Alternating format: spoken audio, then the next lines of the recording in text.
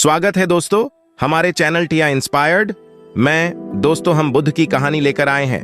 दोस्तों आपसे रिक्वेस्ट है, प्लीज चैनल को सब्सक्राइब जरूर करें, जिससे हम आपके लिए और वीडियो लेकर और बिना कुछ कहे किसी को गलती का एहसास करवाना चाहते हैं तो करें। ये काम जस्टिस महादेव गोविंद रानाडे एक दिन मद्रास जा रहे थे। एक स्टेशन पर ट्रेन रुकी हुई थी।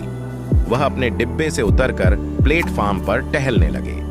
इसी बीच एक अंग्रेज अधिकारी उनके डिब्बे में घुस गया। वहां रखे सामान को देखकर वह समझ गया कि सफर करने वाला कोई भारतीय है।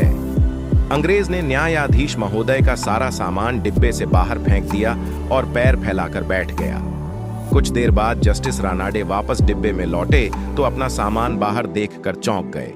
उन्होंने ट्रेन अटेंडेंट से पूछा तो उसने अंग्रेज की करतूत की जानकारी दी। सारी बात जानकर भी न्यायाधीश के चेहरे पर तनाव या क्रोध की एक रेखा तक नहीं आई।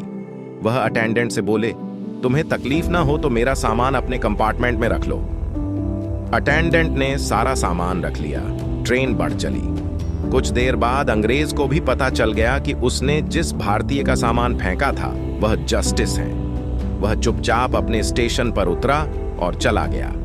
धीरे धीरे महादेव गोविंद रानाडे की ख्याति केवल जज के रूप में नहीं, बल्कि लेखक, समाज सुधारक के रूप में भी देश विदेश में फैल गई। एक दिन एक गुमनाम खत उनके पास आया। उन्होंने उसे खोलकर पढ़ा तो पाया कि यह खत उसी अंग्रेज का था जिसने सालों पहले उनके साथ ट्रेन में दुर्व्यवहार किया था। अंग्रेज ने अपने पत्र में लिखा, मैंने आपसे विनम्रता का पाठ सीखा है। आपके इस सबक ने मुझे बिना दंड दिए ही बेहद लज्जित कर दिया है। इस प्रकार रानाडे ने अंग्रेज को बिना एक भी शब्द बोले न केवल उसे उसकी गलती का एहसास करवाया, बल्कि ग्लानि भाव से भी भर दिया। ऐसी एक और कहानी गौतम बुद्ध की अच्छी बातें सुनने से नहीं बदलता है। जीवन लक्ष्य तक पहुंचने के लिए चलना जरूरी है। गौतम बुद्ध रोज अपने शिष्यों को उपदेश देते थे।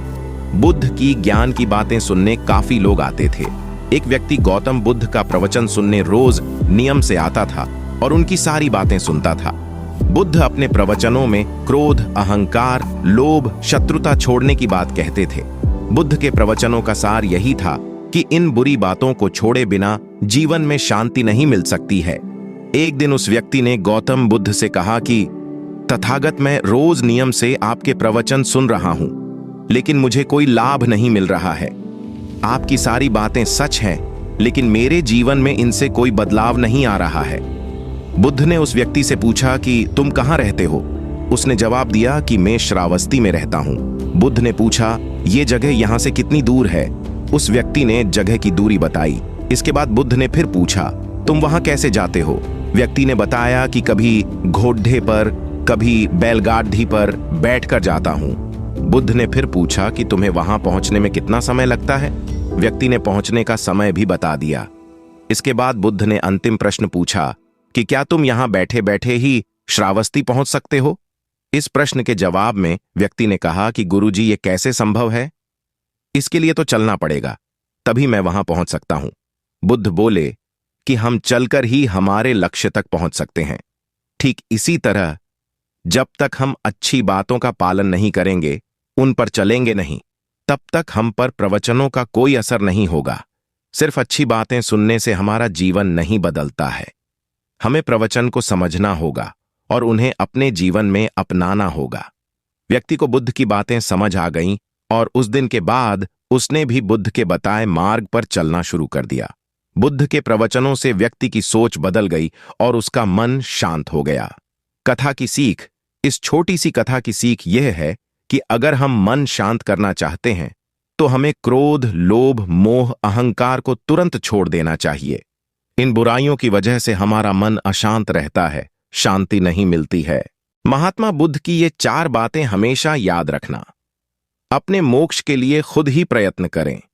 दूसरों पर निर्भर ना रहें।